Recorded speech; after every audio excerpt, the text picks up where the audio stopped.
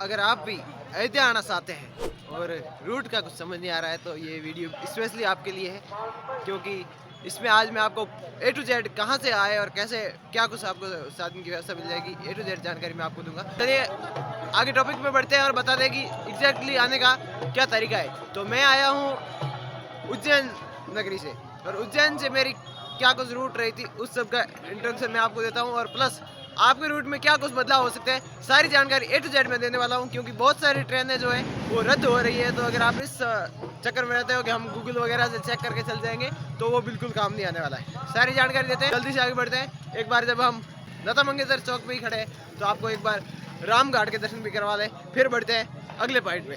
ये चौक है और इसी के पीछे ये जो आप एक खूबसूरत नज़ारा देख पा रहे हो, ये राम घाट या राम की पेड़ी इसको कह सकते हैं।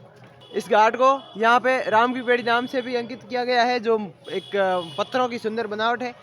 और आगे इस प्रकार ये नदी चलती है जो सरयू नदी से ही एक अलग से निकाला गया है, और थोड़ा सा आगे जाके वापस इसी में मिला दिया गया है। और मैं आया था उज्जैन से मथुरा, और मथुरा से हमारी ट्रेन आगे के लिए पकड़नी थी, जो कि डायरेक्ट कई ट्रेनें आती है।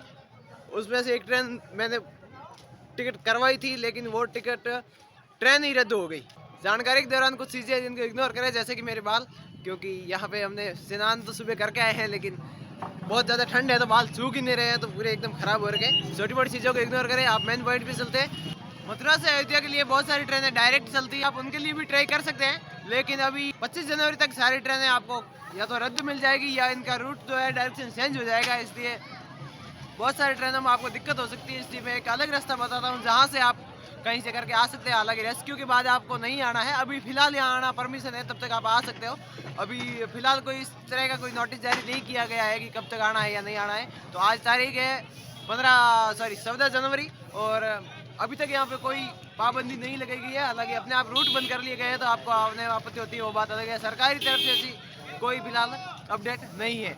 तो आप अगर कहीं से भी आ रहे हैं, हम बात करते हैं फिलहाल सबसे बड़े स्टेशन न्यू दिल्ली से।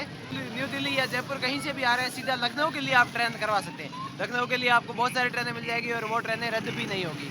लेकिन लखनऊ आने के बाद आपको बहुत सारी ट्रेन में बदलाव, फेरबदल, और जो रास्ते का जो सफ़र है उसमें आपको चेंज दिख सकता है।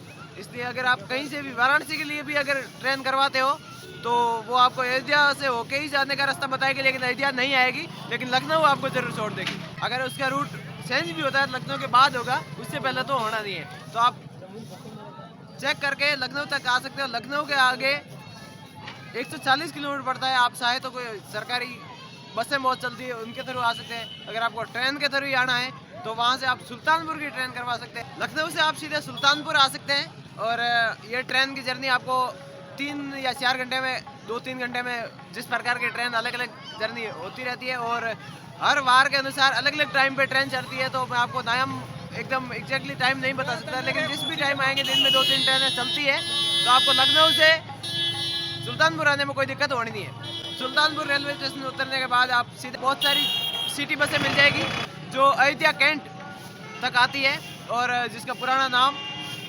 फैजाबाद भी बोलते हैं, लेकिन अब इसको चेंज कर लिया गया है, अयोध्या कैंट बोलते हैं, जो कि एक रेलवे स्टेशन के नाम से जानते हैं। ये रेलवे स्टेशन अयोध्या कैंट अलग है और अयोध्या धाम रेलवे स्टेशन अलग है, इस बात का आप गौर कर लें।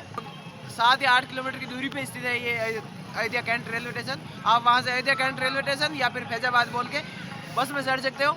99 रुपीज़ 99 रुपये का किराया होता है, और आपको आगे अयोध्या कैंट पे छोड़ देंगे या फिर फैजाबाद मतलब मेन रोड पे आपको छोड़ देंगे। वहाँ से आपको एक बार फिर चेंज करना पड़ेगा, टैक्सी के थ्रू आना पड़ेगा, और टैक्सी मात्र 30 रुपये के किराए में आपको वहाँ से यहाँ पे लाके छोड़ देंगे। इस जगह का नाम है लता मंगेशकर चौक, और यहीं पे राम घाट अवेलेबल है। यहाँ पे आप स्नान कर सकते हो, और इसके बाद ही वापस प्रभु श्री राम के मंदिर जाके आप दर्शन कर सकते हो। एक बार जैसे बाहर से आते हो तो एक बार यहाँ पे स्नान करके जरूर जाए आप। हालांकि आपको टैक्सी वाले ऑटोमेटिक यहीं लाके छोड़ेंगे, बीच में आपको उतारने भी नहीं है। आप बोल दोगे तो उतार देंगे, वो बात अलग है, लेकिन एक बार यहाँ आए, स्नान करें, और अगर रात को लेट हो जाता है यहीं पे कहीं पे बहुत सारी धर्मशालाएँ वगैरह मिल जाएगी, रैन बसेरा, कहीं भी आप अपनी व्यवस्था के अकॉर्डिंग रुक सकते हो। हालांकि होटल नहीं मिलेगी, इस बात को गौर करें। और रुकने के बाद शाम को जल्दी है तो शाम को, नहीं तो सुबह आप जाके दर्शन कर सकते हो। वापस के लिए 1.25 किलोमीटर का दूरी पड़ती है यहाँ से।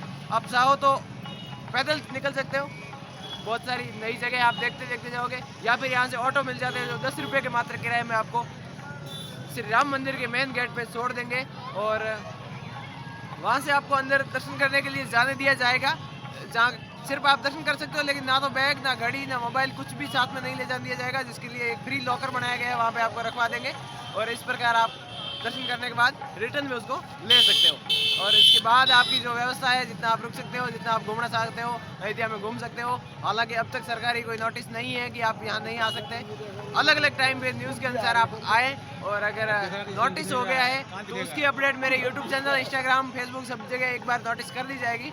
तो जब भी आप वीडियो देख रहे हो एक बार मेरा इंस्टाग्राम चेकआउट कर ले, वहाँ पे अगर नोटिस जारी हुआ है तो ज़रूर से आ जाएगा।